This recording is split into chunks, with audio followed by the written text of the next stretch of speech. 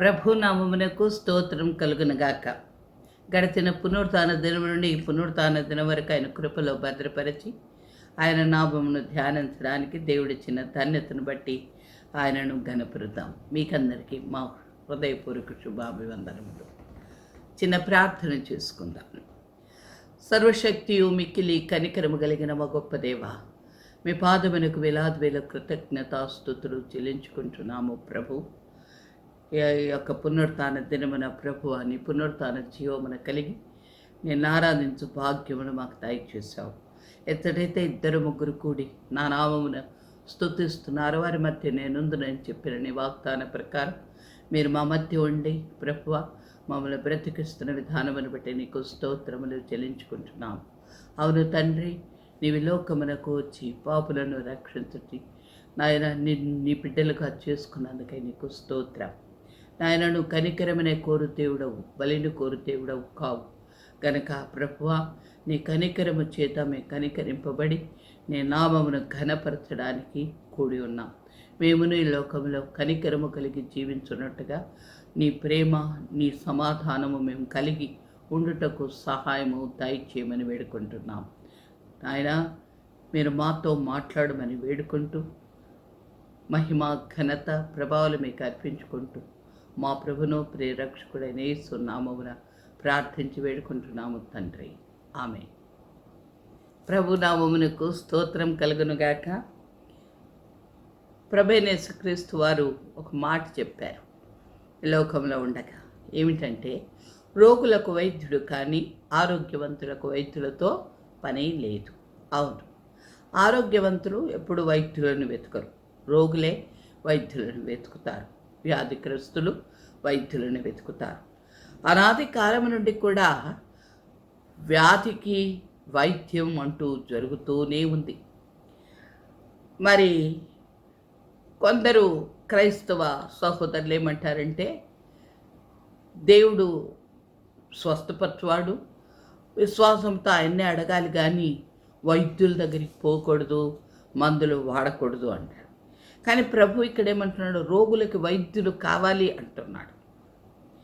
మరి కీర్తనకారుడు ఏమంటున్నాడు, ఆయన సృష్టిలో మరి ముఖమునకు మెరుగునిచ్చు తైలమును ఔషధములను సృష్టించను అంటాడు. అవును, మనం చూసినట్లయితే మనం భుజించే ఆహారం కూడా వైద్యమే, అది కూడా ఔషధమే. ఆకలి అన్న వ్యాధికి అదొక వైద్యం, ఆహారం. మనం భుజించే ఆహారంలో అనేకమైన మూలికలను మనం వాడుకుంటున్నాం. మనము మరి పసుపు దగ్గర నుండి, కారం దగ్గర నుండి, మిరియాల దగ్గర నుండి, జీలకర్ర దగ్గర నుండి మనం ఆలోచిస్తే ఇవన్నీ కూడా మరి మన దేహమునకు కావలసిన వనరులను, వైద్యము, మన దేహము క్షేమంగా ఉండునట్లుగా. జలుబు చేస్తే మిరియాల రసం అని ఇవన్నీ కూడా వైద్యమే. మరి మనం చూస్తే ఉదయం లేచి పళ్ళు తోముతాం, అది వైద్యమే. నోరు క్రిములు లేకుండా శుభ్రం చేసుకోవడం, దాని కొరకు అనాది కాలంలో అయితే వేప పుల్లలని, ఇంకా కచ్చికలని ఇటువంటి వాడేవాళ్ళు, బొగ్గు ఇటువంటి వాడేవాళ్ళు. ఆ తర్వాత జ్ఞానం పెరిగే కొద్ది పేస్టులు అవి వచ్చినాయి. కానీ రాను రాను ఆ పేస్టుల్లో బొగ్గుందా ఉప్పుందా అనే స్థితికి వచ్చింది. అంటే వీటి వలన నోటిలో ఉన్న క్రిములను శుభ్రం చేసుకొని వ్యాధిని దూరపరుచుకుంటున్నాం. ఇలా మనిషికి ఈ యొక్క వైద్యుని అవసరత ఎంతో ఉంది. ఆ రోజుల్లో అయితే ఎవరో ఒక వైద్యుడు ఉండేవాడు, అన్నిటికీ అదే ఆయనే వైద్యుడు, ప్రతి రోగానికి ఒకడే వైద్యుడు. ఆయన దగ్గరే అన్ని విధాలైన ఔషధాలు ఉండేవి. వారు నాడి పట్టుకొని చూసి వైద్యం చేసేవాళ్ళు. కానీ రాను రాను రాను వైద్యం ఎంతో పరిజ్ఞానము చెంది అభివృద్ధి చెంది ఇప్పుడు ప్రతి ఒక్క అణువుకు ఒక డాక్టరు వెలిశాడు, ఒక వైద్యుడు వెలిశాడు. నీకే రోగమో మొదట అది తేల్చుకోవాలి. ఎవరి దగ్గరికి, కంటికి అయితే కంటి డాక్టరు, చెవి అయితే చెవి డాక్టరు, ముక్కు అయితే ముక్కు డాక్టరు, చర్మం అయితే చర్మం డాక్టర్. అలాగా ప్రతి ఒక్క దానికి డాక్టర్స్ ఉన్నారు, వైద్యులు ఉన్నారు. వాళ్ళ దగ్గరికి వెళ్ళి మనం వైద్యాన్ని పొంది బాగుపడుతూ ఉంటాం. ఎందుకని ఈ స్వస్థత లేకపోతే చచ్చిపోతాం. రోగం చేత అలాగే మనం నిర్లక్ష్య పెడితే మనం చచ్చిపోతాం. కాబట్టి బ్రతుకున్నట్టుగా మనం వైద్యం చేయించుకొని బాగుపడుతూ ఉంటాం. రోగులకు వైద్యుడు అవసరం. ఇలాగా లోకములో అనేక రోగాలు ఉన్నాయి. ఈ వ్యాధులన్నీ కూడా ఎలా వచ్చినాయి అని మనం చూస్తే, అపరాధముల చేత, పాపముల చేత నా నడినెత్తి మొదలుకొని అరికాలు వరకు పచ్చి పుండ్లు, గాయములు, నా గుండె బలహీనమనేషి అంటాడు. పాపము చేత, అపరాధముల చేత ఈ రోగములు మనకు సంభవిస్తున్నట్టుగా మనం చూస్తున్నాం. అవును, మరి ప్రభువారు మనుష్యుని సృష్టించినప్పుడు ఆయన ఏమన్నాడు? మన పూలికలో మన స్వరూపములో నరుని చేయుదము, వారిని స్త్రీని గాను పురుషుని గాను చేయుదమని చేశారు. ఆది కాండములో ఆయన పోలిక, ఆయన స్వరూపం, ఆయన నిత్యుడగు తండ్రి, ఆయన మహిమా స్వరూపి, నిత్యత్వం, ఆయనలో రోగం లేదు, వ్యాధి లేదు. అటువంటి స్వచ్ఛముగా ఆయన సృష్టించినాడు. కానీ అక్కడ ఒక సంఘటన ఉంది. వారిని ప్రేమించి, వారికి సమస్తం అప్పగించి, ఈ భూమి అందున్నది, ఆకాశం, సమస్త సృష్టికి మీరు ఏలికలు, మీరు రాజులు, మీరు ఏలండి, లోబరుచుకొనండి, అనుభవించండి. కానీ ఈ ఒక్క చెట్టు పండు మాత్రం మీరు తినవద్దు, తిన్ననాడు చచ్చిపోతారు అన్నొక్క ఆజ్ఞను అక్కడ ఉంచినాడు. కానీ అది తిన్ననాడు నువ్వు చచ్చెదవు అన్న ఆజ్ఞ. కానీ సైతాన్ అక్కడ ప్రవేశించి వాడేమని చెప్తున్నాడు? నువ్వు చావనే చావవు, దేవతలాగా అవుతావు. దేవతలాగా దేవుడు తన పోలిక, తన స్వరూపం ఇస్తే ఇంకేదో అవ్వాలన్న ఒక దురాశ ఆమెలో ప్రవేశించుట ద్వారా దేవుడు వద్దన్న పనిని ఆమె చేసింది. దురాశ గర్భము ధరించి పాపమును కనగా, పాపము పరిపక్వమై మరణమును కనెను. ఏం చేసింది? ఆ దురాశ వలన మళ్ళీ ఆ చెట్టును చూసినప్పుడు, అంతకుముందు దేవుని ఆజ్ఞతో చూసినప్పుడు అది మరణకరముగా చచ్చిపోతామనుకున్న ఆ మరణము ఇప్పుడు కనులకు రమ్యముగా, తినుటకు యోగ్యముగా, ఆ పండు ఆకర్షణ, ఆజ్ఞ అతిక్రమమన్న పాపము అక్కడ జరిగింది. జరగగానే అది కోసుకొని తిని వెంటనే చచ్చిపోయారు. బ్రతికే ఉన్నారు కదా అనొచ్చు, కానీ ఆత్మలో చనిపోయారు. ఆధ్యాత్మిక మరణం అక్కడ సంభవించింది. వాడు చచ్చిన మనిషిగా బ్రతికాడు. ఆ చచ్చిన మనిషి దేహము ఏమైపోయింది? చచ్చిన ఆ మనిషిలో ఏమొస్తుంది? చనిపోయిన మనిషి, ఆ వ్యక్తి, ఆ బాడీ, ఆ దేహమును మనం ఉంచితే రోజు గంటకి క్షణానికి అది ఏమవుతుంది? కృషించి కుళ్ళిపోతూ ఉంటుంది. ఎక్కువసేపు ఉంచకూడదు. ఫ్రీజర్లో ఉంచిన త్వరగా సమాధి చేసేయాలి. ఎందుకు? క్షయమైపోతూ ఉంటుంది. అలాగే ఆ ఏదైనా తోటలో మరణం చెందిన ఈ శరీరం క్షయమైపోతుంది, క్షీణించిపోతూనే ఉంది. అనేక క్రిములు, అనేక వ్యాధులు క్షయమైపోతున్న ఈ శరీరంలో ప్రవేశిస్తూ ఉంది. అందుకనే ప్రభువారు అంటున్నాడు, రోగికి వైద్యుడు కావాలి.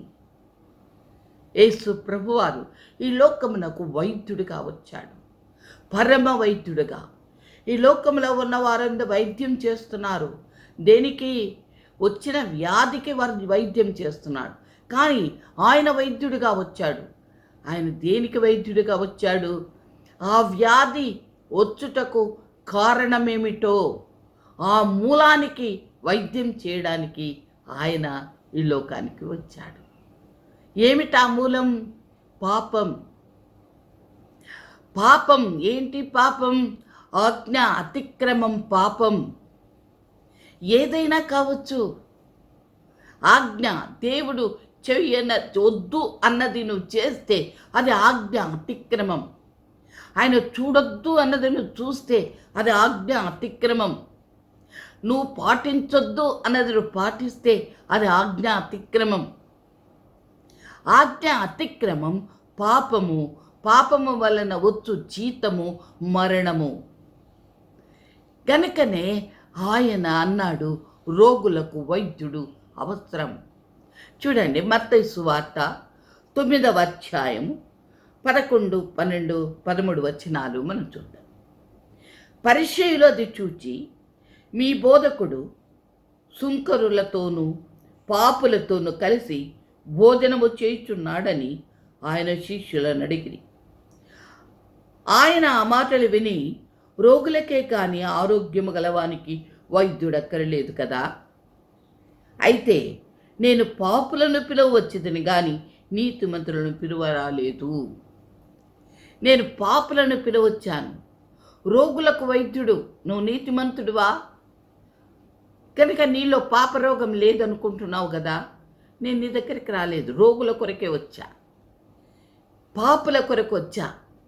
ఈ పాపమన్న మూలము చేత రోగులై చచ్చిపోతున్నారే, చావుకు సిద్ధమై చచ్చిపోయి ఉన్నారే, అట్టివారిని బ్రతికించు నిమిత్తము నేను వచ్చాను అని అంటున్నాడు.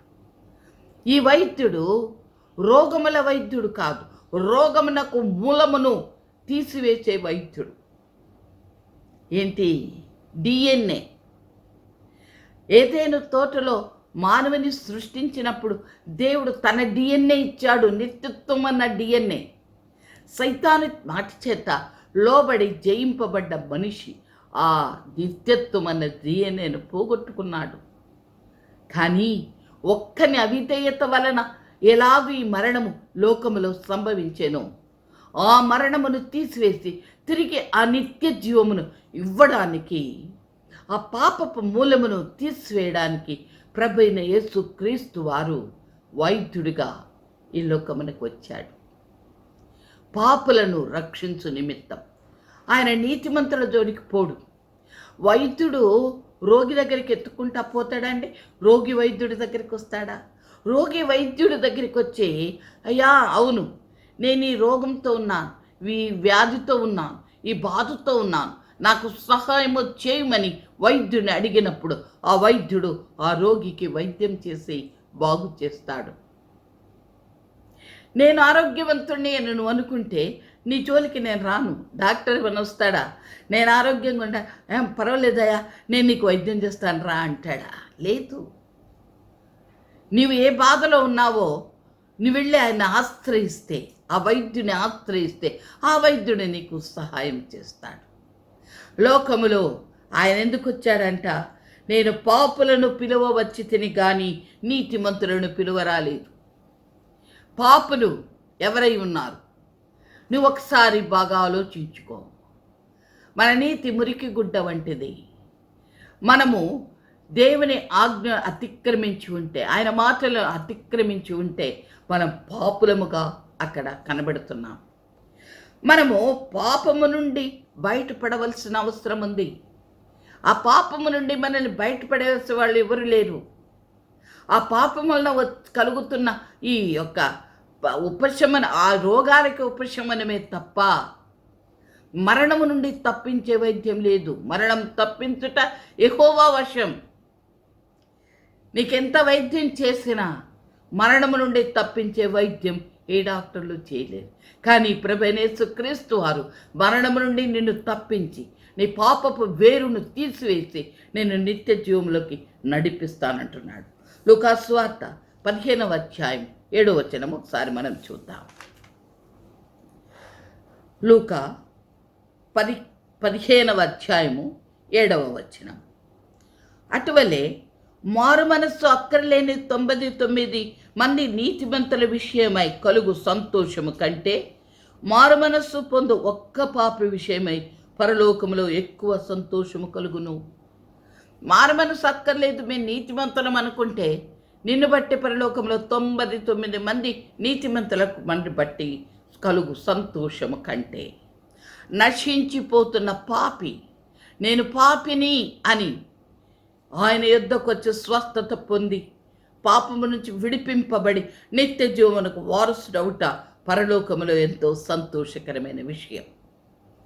కనుక ఆయన యొద్దకు వచ్చిన పాపిని ఆయన స్వస్థపరుస్తాడు. ఆ పాపి యొద్దకు ఆయన వెళ్తాడు. నేను పాపిని అని ఎప్పుడైతే ఆయన దగ్గరికి వస్తావో ఆయన నీ యొద్దకు వస్తాడు.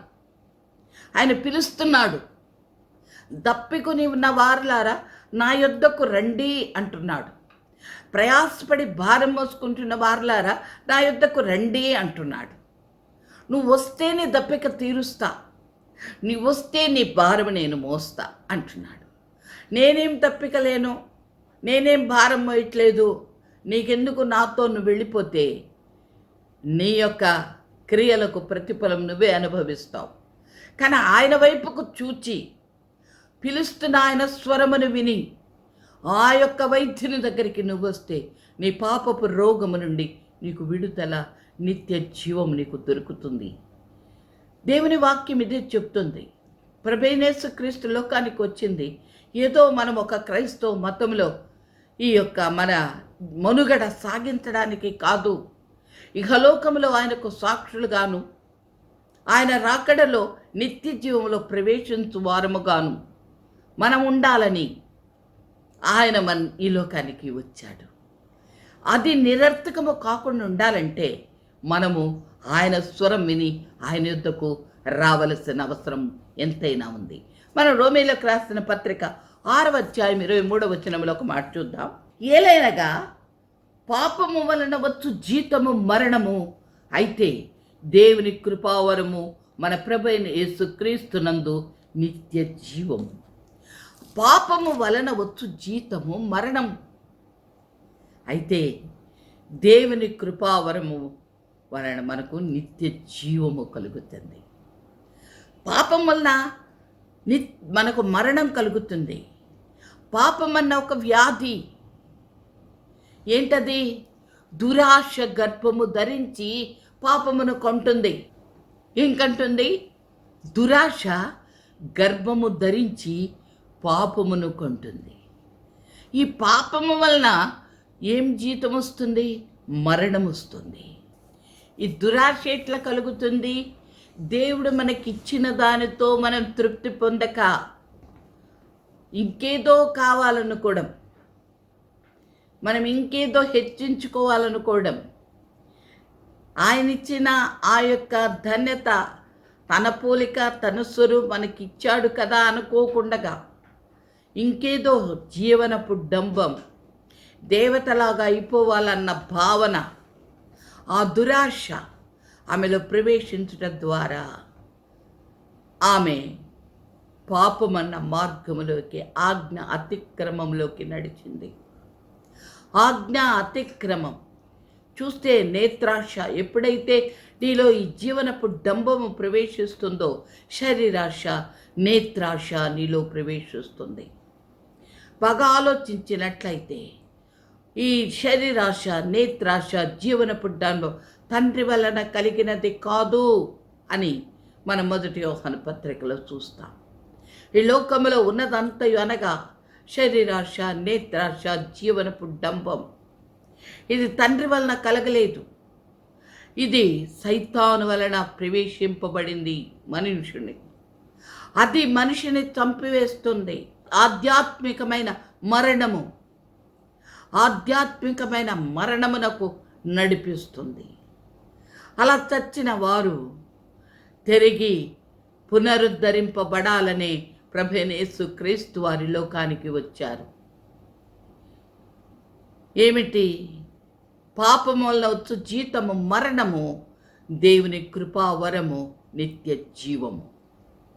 ఆయన కృప నీకు, ఆయన కనికరమ కలిగిన వాడు గనుక నీవు నశించుట ఆయనకి ఇష్టం లేక కనికరము చూపడానికి వచ్చాడు, కృపా బాహుళ్యము చూపడానికి వచ్చాడు. ఆయన కృప నీకు నిత్య జీవమునిస్తుంది. అయితే మనిషి అంటున్నాడు, ఏమంటున్నాడు? పోరాటం నాలో ఉంది అంటున్నాడు. చూడండి, రోమీలకు రాసిన పత్రిక 7వ అధ్యాయము 22వ వచనం నడుకుని మాటలు చూస్తే ఏమంటున్నాడు ఇక్కడ చూడండి. అంతరంగ పురుషుని బట్టి దేవుని ధర్మశాస్త్రమునందు నేను ఆనందించుచున్నాను కానీ వేరొక నియమము నా అవయవములలో ఉన్నట్టు నాకు కనబడుచున్నది. అది నా మనస్సునందున్న ధర్మశాస్త్రముతో పోరాడుచు నా అవయవములలోనున్న పాప నియమమునకు నన్ను చెరబట్టి లోబరుచుచున్నది. ఏమంటున్నాడు? అంతరంగ పురుషుని యందు దేవుని యందు ఆనందిస్తున్నా. అంతరంగ పురుషుడెవరు? బాహ్య పురుషుడెవరు? ఇది చాలామందికి అర్థం కాదు. అంతరంగ పురుషుడెవరు? బాహ్య పురుషుడెవరు? అంతరంగ పురుషుడు, మనం ఒకసారి ఏదైనా తోటలో దేవుని సృష్టిని చూస్తే అన్ని నోటితో కలుగ్గాక, జీవం కలిగినవి కలుగ్గాక అన్న దేవుడు మనిషిని జీవం కలిగిన మనిషి కలుగ్గాక అనలేదు, కానీ స్వహస్తములతో ఒక మట్టి బొమ్మను చేసి అతని నాసికలో ఆయన ఊదాడు. నరుడు జీవాత్మ అయ్యాడు. నరుడు అంటే మట్టితో చేయబడిన శరీరం, అందులోకి జీవం ప్రవేశించింది. ఆయన నాసికలో ఊదబడిన ఆ వాయువు జీవాత్మ అయింది. ఇదే అంతరంగ పురుషుడు, మనస్సాక్షి. అంతరంగ పురుషుడు ఆయన దేవుని విషయాలు, దేవుని ఊపిరి, దేని సొత్తు గనక దేవుని విషయాల్లో ఆయన ఆనందిస్తున్నాడు. కానీ వేరొక నియమము ఆయన అవయములలో ఉన్నట్టు కనబడుతుందంట. మట్టితో చేయబడిన శరీరంలో వేరొక నియమం. ఏంటది? పాప నియమము. ఆ పాప నియమం ఏం చేస్తుంది? తన అంతరంగంలో ఉన్న ఆ ధర్మశాస్త్రమును చెరబట్టి పాప నియమమునకు లోబరుస్తుంది. తన శరీరంలోని ఆ పాప నియమం, పాపం నియమమునకు నన్ను చెరపట్టి లోబరుచుచున్నది. అయ్యో, నేనెంత దౌర్భాగ్యుడను! ఇట్టి మరణమునకు లోగునొంగు శరీరము నుండి నన్ను ఎవడు విడిపించును? అంగలారుస్తున్నాడు. దేవుని యొక్క కృప పొందుకోవాలంటే పాపమునకు లోనైన శరీరము నుండి విడిపింపబడాలి. పాపమునకు లోనైన ఈ శరీరము ఎప్పటిదాకుంటుంది? ఈ శరీరం నుంచి మనం బయటికి రాలేంగా. ఈ శరీరం మనకి ఇవ్వబడి ఉంది. ఈ శరీరములో మరి మనం జీవిస్తున్నాం. ఈ శరీరంలో పాప నియమాలు ఉన్నాయి. ఈ పాప నియమం అన్న చెర నుండి మనం విడిపింపబడాలి. ఈ శరీరం మట్టికి మట్టి అయ్యేంత వరకు మనము ఈ లోకమునకు పంపినవాడు మనల్ని పిలుచు పర్యంతం మనం ఈ యొక్క చెరలో ఉంటున్నాం. కానీ ఆ చెర మనల్ని పాప నియమములకు లోబర్చకుండా ఆ శరీరమును గెలవవలసిన వారమై ఉన్నాం. ఇదే పోరాటం. అలా కాకుండా శారీర నియమములకు లోబడితే, శరీరాశ, నేత్రాశ, జీవనపు నమ్మమన శరీర నియమములకు లోబడితే మనము ఆయన కృప, ఆయన ఇచ్చిన ఆ కృప నిత్య జీవమును పొందుకోలేము. ఈ పాప నియమము నుండి, ఈ దౌర్భాగ్యపు స్థితి నుండి నన్నెవడు విడిపించగలడు అని అపోస్తలుడైన పౌలు మొరపెడుతున్నాడు. అవును ప్రియులారా, ఒకసారి మనం ఆలోచించాలి. చాలామంది అంటారు, ఎవరున్నారు అలా? ఎవరుండలేరు. వాక్యానుసారం బైబిల్ చెప్పినట్టుగా ఎవరు బ్రతకలేరు. కనుక మనం అటు ఇటుగా ఉండాల్సిందే. ఆయనంటే దేవుని కుమారుడు.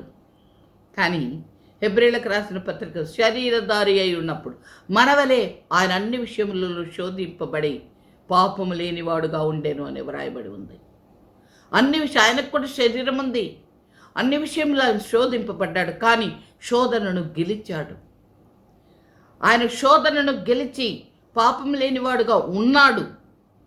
కాబట్టే మరణం అతన్ని ఆపలేకపోయింది. మరణం అతన్ని బంధించలేకపోయింది. అందుకే మరణపు ముళ్ళను విరిచాడు. మరణమును జయించి లేచాడు. నీవు కూడా మరణపు ముళ్ళను విరిచి మరణమును గెలిచి లేచి నిత్య జీవానికి రావాలన్నది ఆయన ఉద్దేశం. అలాంటప్పుడు ఈ దౌర్భాగ్యపు స్థితి నుండి ఆయన మనల్ని ఎందుకు విడిపించడు? మనం ఆయన ఆశ్రయించకుండా మనమేమంటున్నాం? ఎలా ఉంటాం? ఎలా చేస్తాం? ఆయన వచ్చింది నిన్ను బాగు చేయడానికే. ఆ మరణం రోగము నుండి, ఆ పాపపు రోగము నుండి నిన్ను స్వస్థపరచడానికే ఆయన వచ్చాడు. మరి స్వస్థపరచువాడు మరి ఇస్తున్న ఆ ఔషధమును నువ్వు తీసుకుంటున్నావా? ఆ ఔషధమును వాడవలసిన విధానమును తెలుసుకుంటున్నావా? ఆ యొక్క ఔషధమును వాడుతున్నప్పుడు తీసుకోవలసిన ఆ యొక్క శ్రద్ధ, ఆ యొక్క నియమాలు పాటిస్తున్నావా? ఒక వైద్యుని దగ్గరికి నువ్వు వెళ్ళినప్పుడు నీ వ్యాధి ఏదైనప్పటికీ, ఎంత భయంకరమైన క్యాన్సర్ అయినా, ఎంత భయంకరమైన వ్యాధి అయినా ఆయన ఏం చెప్తాడు? కొన్ని ఆహార నియమాలు చెప్తాడు, కొన్ని నువ్వు నడవలసిన విధానాలు చెప్తాడు, నువ్వు బరువు తగ్గాలో బరువు ఎక్కాలో చెప్తాడు. మరి ఈ మందులు ఏ విధంగా వాడాలనో, ఆ ఏ డోసేజ్లో, ఏ రెగ్యులర్ విధానంలో వాడాలనో అవన్నీ కూడా వైద్యుడు చెప్తాడు. ఆ వైద్యుడు చెప్పినవన్నీ నువ్వు పాటిస్తావుగా స్వస్థత పొందడానికి. అలాగే నియమం తప్పకుండా నువ్వు పాటించి స్వస్థత పొందుతున్నావు. అది ఏం స్వస్థత? నిత్యమైన స్వస్థత కాదు, అశాశ్వతమైన స్వస్థత. ఈరోజు ఆ రోగం నుంచి బాగుపడ్డావు, రేపు ఇంకో రోగం రాదని నీకు ఏమైనా ధృవీకరణ ఉందా? లేదే. నిశ్చయిత ఉందా? లేదే. అటువంటి అశాశ్వతమైన వైద్యానికి, ఆ డాక్టర్లకి, ఆరు చెప్పిన నియమాలకి నువ్వు లోబడి వైద్యం చేయించుకుంటున్నావు. అయితే నీ ప్రధానమైన వ్యాధిని, పాపపు రోగమును, ఆ యొక్క దౌర్భాగ్యపు స్థితిని, ఆ చెర నుండి నిన్ను విడిపించి నువ్వు మరణించిన తిరిగి మరణమును జయించి లేచి ఆ పునరుత్థాన జీవమును ఆయన నీకు ఇస్తానంటుంటే ఆయన దగ్గర నువ్వు వస్తే కదా, ఆయన ఏం చెప్తాడో వింటే కదా, ఆయన ఇస్తున్న ఆ నియమాలు పాటించడానికి నువ్వు సిద్ధపడితే కదా. అలా రావు, అలా చేయను, ఎవ్వరుండరు అని ఒక తీర్మానించి నీ ఇష్టానుసారం, ఎందుకంటే నీకు ఈ లోకం ఇస్తున్న తాత్కాలికమైన అశాశ్వతమైన సుఖముందే, వాడబారే సంతోషం ఉందే, ఆ అలవాట్లున్నాయే, అవి విడిచిపెట్టలేక నీవు నిత్యము నువ్వు సుఖించబోయే స్థితిని విడిచిపెట్టుకుంటున్నావు. తాత్కాలికమైన దాని కొరకు, అశాశ్వతమైన దాని కొరకు నీవు నిత్యమైన దానిని వదిలిపెట్టుకుంటున్నావు. స్వచ్ఛమైన బంగారము కొరకు నీవు పాటుపడకుండా వ్యర్థమైన నకిలీ దాని కొరకు నువ్వు ప్రయాసపడుతున్నావు. ఒకసారి ఆలోచించు. ఒకవేళ నీకు కొంచెం వేదన, బాధ కలగొచ్చు కాక, వదిలిపెట్టడం కొంచెం ఇబ్బంది కలగొచ్చు కాక, కానీ శాశ్వతమైన శాంతి సమాధానం కొరకు కొద్దిపాటి శ్రమ అనుభవిస్తే తప్పేమూ లేదు. చూడండి, 8వ అధ్యాయంలో దీనికి సమాధానం మనం చూస్తున్నాం. రోమీలకు రాసిన పత్రిక 8వ అధ్యాయం 2వ వచనం. క్రీస్తు యేసునందు జీవమునిచ్చు ఆత్మ యొక్క నియమము పాప మరణముల నియమము నుండి నిన్ను విడిపించును. పాప మరణముల నియమం ఉందే, పాపమునకు నిన్ను చెరపట్టి నిన్ను లోబరుస్తున్న ఆ నియమం, ఆ పాప మరణముల నియమము నుండి నిన్ను విడిపించడానికి క్రీస్తుని యేసునందు నీకు ఒక మార్గము చూపిస్తున్నాడు. జీవమునిచ్చు ఆత్మ యొక్క నియమం. జీవమునిచ్చు ఆత్మ యొక్క నియమం పాప మరణముల నియమము నుండి నిన్ను విడిపించి నిత్య జీవమునకు నిన్ను వారసురాలిగా చేస్తున్నది. అయితే అంతరంగ పురుషుని యందు అన్నప్పుడు మనస్సాక్షి దేవుని యొక్క ఊపిరైన ఆత్మ. కానీ ఈ ఆత్మ లోబర్చబడుతుంది. కానీ ఈ లోబడుతున్న ఆత్మను బలపరిచి నిలబెట్టే ఆత్మ నియమం, అది దేవుడిచ్చు పరిశుద్ధాత్మ నియమం. చాలామంది ఇక్కడ పొరబడుతున్నారు. ఈ మనస్సాక్షి ఆత్మ పరిశుద్ధాత్మ అనుకొని పొరబడుతున్నారు. అందుకని నిలబడలేము, లోబడిపోతున్నాము, శారీరక క్రియలకు లోబడిపోతున్నాము. ఏ మనుష్యుడు కూడా ఉండలేడని తీర్మానం కాదండి. ఏ మనుష్యుడు కూడా మనస్సాక్షి ప్రకారము శరీర నియమాలు జయించలేడు. అది దౌర్భాగ్యపు స్థితిని అపోస్తుడైన పౌలే మరిపెడుతున్నాడు. కానీ ఆ దౌర్భాగ్యపు స్థితి నుండి నేను విడిపించడానికి ప్రభువైన యేసుక్రీస్తు వారు పరిశుద్ధాత్మ నియమము నీకు ఇస్తున్నాడు. అదే ఆయన చేస్తున్న గొప్ప భాగ్యం, సంరక్షణ. ఆయన ఏమన్నాడు? పాపివని నీవు గ్రహించి యేసు రక్షకుడని హృదయంలో విశ్వసించి నోటితో ఒప్పుకొని రక్షింపబడి నీవు నీటితో కడుగబడిన తరువాత, నీటి బాప్తిస్మము తీసుకున్న తరువాత నువ్వు పరిశుద్ధాత్మ బాప్తిస్మం పొందవలెను. అపోస్తల కార్యము 1వ అధ్యాయం 4వ వచనములో అది ఒక ఆజ్ఞగా ఆయన ఇచ్చి ఉన్నాడు. పరిశుద్ధాత్మను బాప్తిస్మను పొందినట్లయితే ఏంటంటే క్రీస్తు యేసునందు జీవమిచ్చు ఆత్మ యొక్క నియమం పాప మరణముల నియమము నుండి నిన్ను విడిపించును. నీ పాపపు రోగమును తీసివేసే నిత్య జీవమునకు నిన్ను వారసునిగా ఆయన చేస్తున్నాడు. ప్రియ సహోదరి సహోదరులారా, మనం ఈ లోకములో ఆయన కృప చేత రక్షింపబడ్డాం. ఎందుకు రక్షింపబడ్డాం? నిత్య జీవమునకు వారసులు అవడానికి రక్షింపబడ్డామే కానీ ఈ లోకంలో ఏదో క్రైస్తవ మతంలో జీవించడానికి కాదు. ఈ మతం మనకు వ్యర్థం. మార్గములో మనం ప్రయాణించాల్సిన అవసరం ఉంది. ఎవరు ఉండరు, ఎవరు రక్షింపబడరని చెప్పడానికి వీల్లేదు. దేవుడు వెక్కిరింపబడడు. ఆయన రక్షణ నిరర్థకము కానేరదు.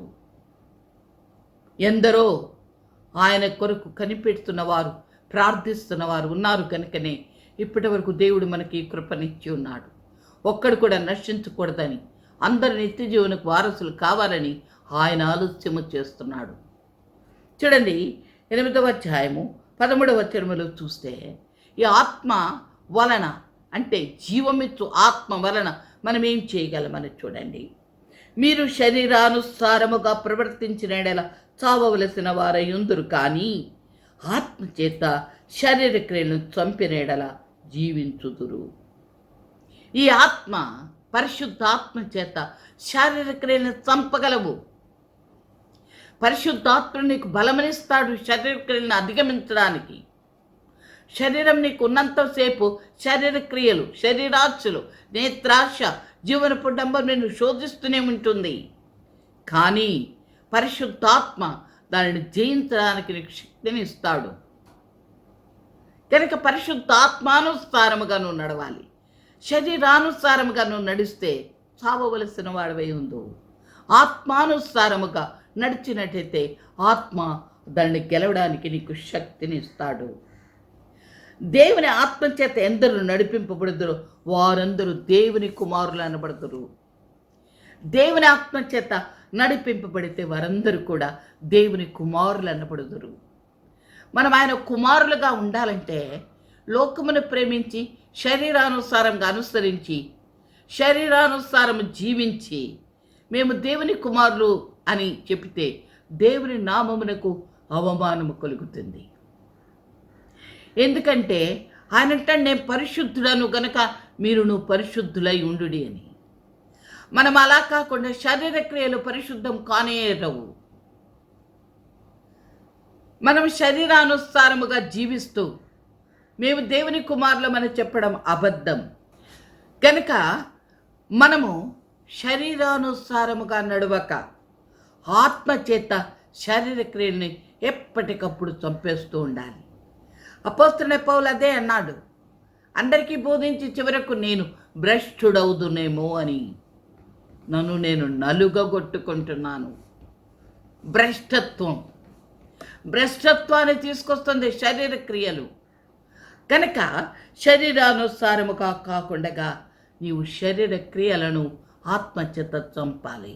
ఎందుకనంటే 15వ వచనంలో చూడండి, ఏలైనగా మరలా భయపడేటకు మీరు దాస్యపాత్మను పొందలేదు కానీ స్వీకృత పుత్రాత్మను పొందితేది. స్వీకృత పుత్రాత్మను మనం పొందాం, దాస్యపాత్మ కాదు.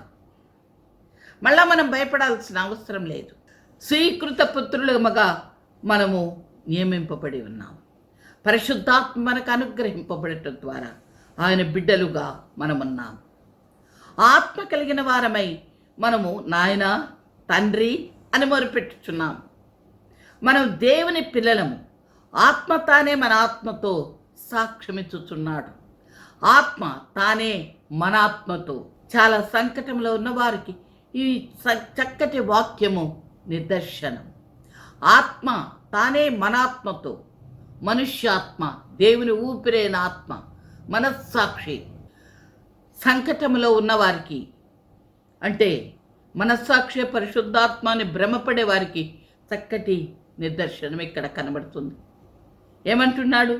ఆత్మ తానే మన ఆత్మతో, ఆత్మ తానే మన ఆత్మతో, ఆత్మ పరిశుద్ధాత్ముడు తానే మన ఆత్మతో, అంటే మనస్సాక్షి అయిన మన ఆత్మతో, దేవుని ఊపిరైన ఆత్మతో సాక్ష్యమిచ్చుతున్నాడు. ఏమని? మీరు ఎవరు? దేవుని పిల్లలని ఆయన సాక్ష్యమిస్తున్నాడు. వారసులమని ఆయన చెప్తున్నాడు. మనం వారసులం. దేనికి వారసులం? నిత్య జీవమునకు వారసులం. క్రీస్తుతో కూడా మహిమ పొందుటకు ఆయనతో కూడా శ్రమపడిన ఎడల క్రీస్తుతోటి వారసులం.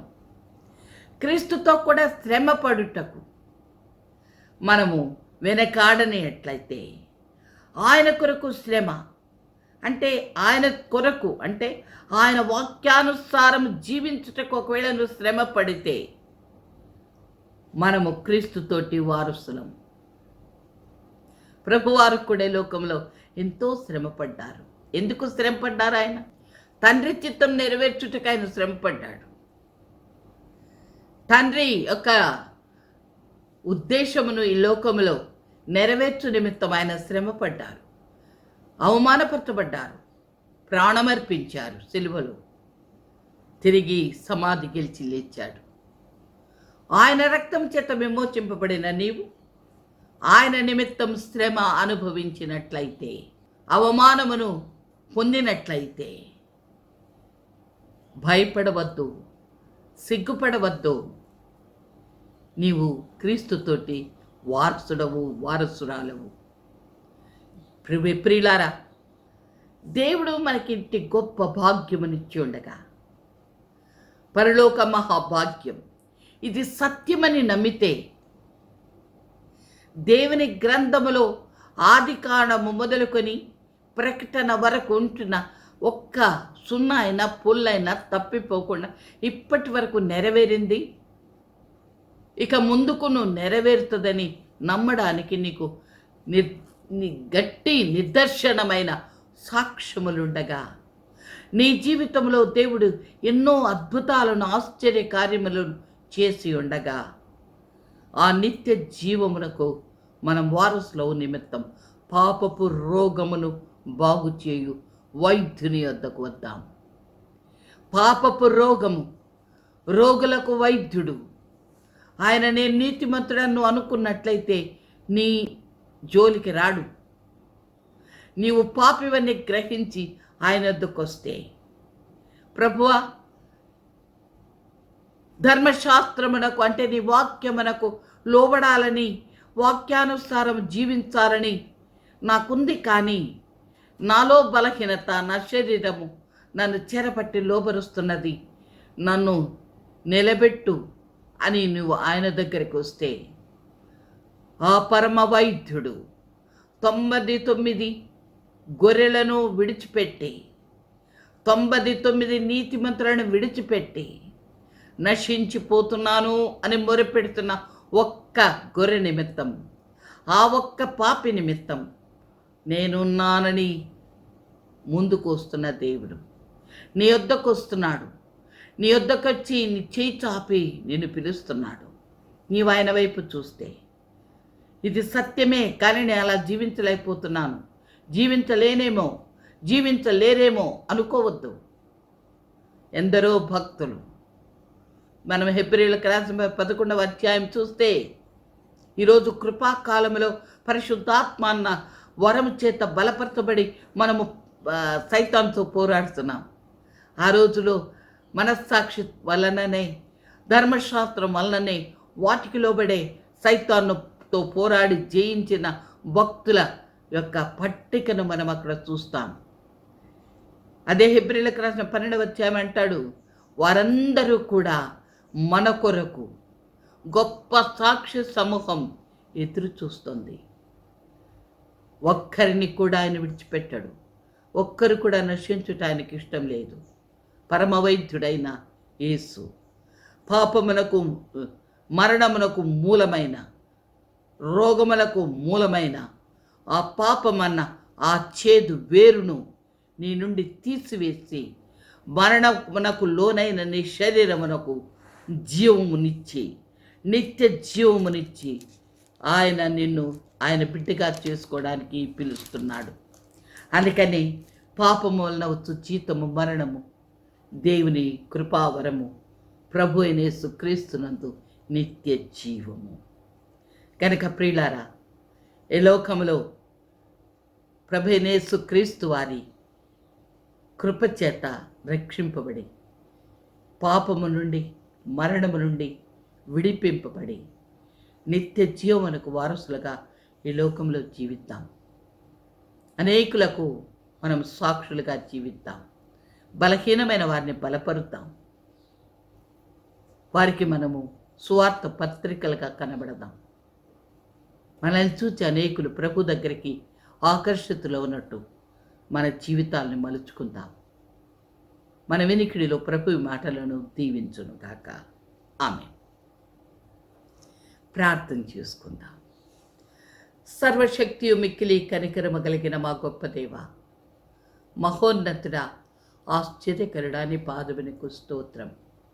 అవును తండ్రి, నువ్వు కనికరము కలిగిన దేవుడవు. మేమొక్కరు కూడా నశించుట నీకు ఇష్టం లేక నీ ప్రియ కుమార్ని మాకు దానముగా ఇచ్చావు. పాపులను రక్షించుటకు క్రీస్తు యేసు ఈ లోకమునకు వచ్చినను వాక్యము నమ్మదగినదియు పూర్ణ అంగీకారమునకు యోగ్యమై ఉన్నది ప్రభువా. ఈ పాపపు రోగము నుండి బాగు చేయుడు వైద్యుడు ఈ లోకములో ఎవ్వరూ లేరు తండ్రి. నీవొక్కడవే పాపము నుంచి విమోచించగలిగిన వాడు. ఎందుకనగా మా వలనే ప్రభు శరీరధారి అయి ఉన్న రోజుల్లో ఈ పాపము చేత శోధింపబడి పాపమును జయించి పాపము లేనివాడుగా ఉండి ప్రభువా మరణపు ముళ్ళను విరిచి నాయనా విజయుడవై లేచి ఉన్నావు గనక మమ్మల్ని కూడా ప్రభువా అట్టి జయ జీవితంలోకి నడిపించు దేవుడవై ఉన్నావు. నిత్య జీవమును మాకు అనుగ్రహించు వాడవై ఉన్నావు గనక నీకు కృతజ్ఞతాస్తుతులు చెల్లించుకుంటున్నాం. ఎందరైతే ఈ మాటలు వింటున్నారో వారందరితో నీవు మాట్లాడి నాయనా తండ్రి, ప్రతి వారి హృదయములో ఈ వాక్యం ఫలించుటకు కృపను అనుగ్రహించండి. వ్యాధిగ్రస్తులు, వేదన, బాధన, శోధనలో ఉంటున్నవారు, విరక్తిలో, తన స్పృహలో దారి తెలియక ఉంటున్నవారు ప్రతి వారు నేను దర్శించి విమోచన అనుగ్రహించి నీ శాంతిని సమాధానమును వరకు దయచేయమని వేడుకుంటూ మహిమా ఘనత ప్రభావాలు మీకు అర్పించుకుంటూ మా ప్రభును ప్రేరక్షకుడైన యేసు నామమున ప్రార్థించి వేడుకుంటున్నాము తండ్రి. ఆమేన్. ప్రభు నామమునకు స్తోత్రం కలుగును గాక. మీ అందరికీ మా హృదయపూర్వక వందనాలు. మా ఈ సందేశం మీకు దీవెనకరంగా ఉన్నట్లయితే దయచేసి సబ్స్క్రైబ్ చేయండి. ఇతరులకు ఆశీర్వాదకరంగా ఉండినట్లు షేర్ చేయండి. మీ అందరికీ దేవుని నామంలో మా హృదయపూర్వక వందనాలు.